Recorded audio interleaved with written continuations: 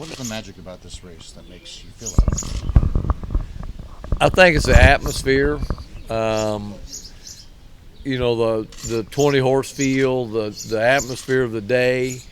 I think that the horses has to be able to handle the week, and then mainly they've got to be able to handle the day. I mean, they're getting ready. They're going to walk over in front of 160,000 people.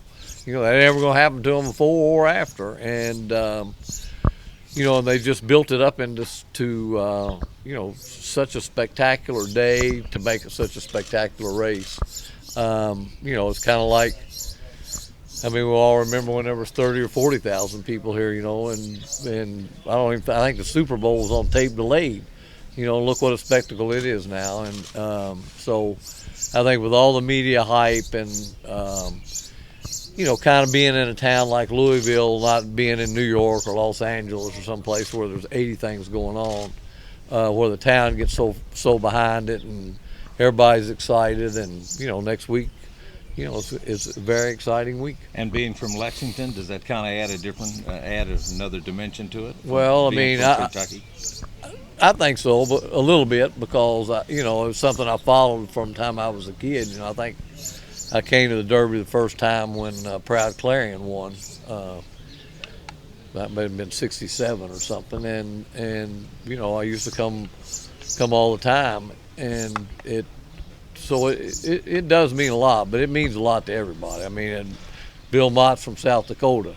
It means a whole lot to him. Mandela's from California. It means a lot to him. I mean, I talked to Baffert about it after Orb won, and he said there's nothing like it. He said, I'd give a lot of trophies to win it again, and so I think that it means a lot really to everybody. But, I think being a Kentucky native and growing up in Lexington, that, and I many, many great days at Churchill.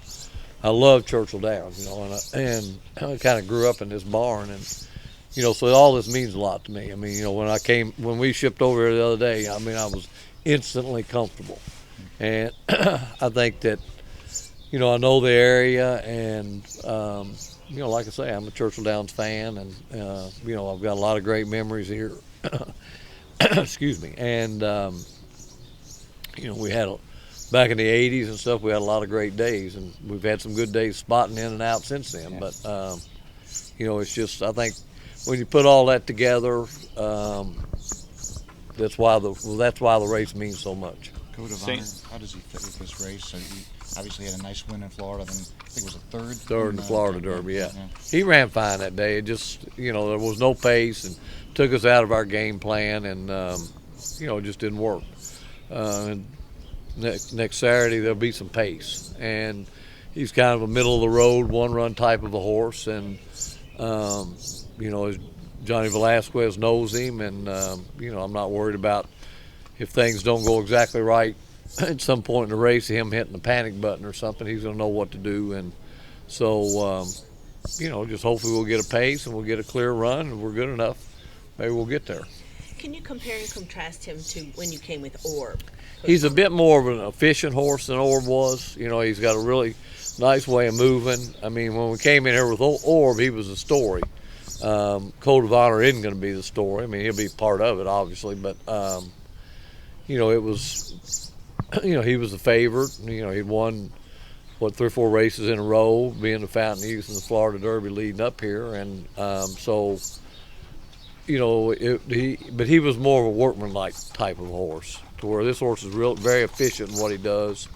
He's not big by any means, but what he does pretty easy. Can we assume that once you win a Derby, when you come back, you put the horse in the same stall? Well, we did that, but I didn't know whether they'd give me the same barn or not. But we got the same barn. We did put him in the same stall. Could you talk about the Florida Derby a little more? I mean, it seemed like kind of a strange race. That horse is a fast horse, but maximum security, breaks his maiden for 16. Came home really fast. All the horses came home really fast. It's kind of hard to judge that race. Well, you're exactly right. It's a race that you can't judge. I mean, how good is maximum security? I mean, obviously he's good, but he had an easy lead on a very fast racetrack and very speed. I mean, they never changed position. We did, but if he got on an easy lead here, you know, they'd have a tough time beating him. I mean, he's pretty good.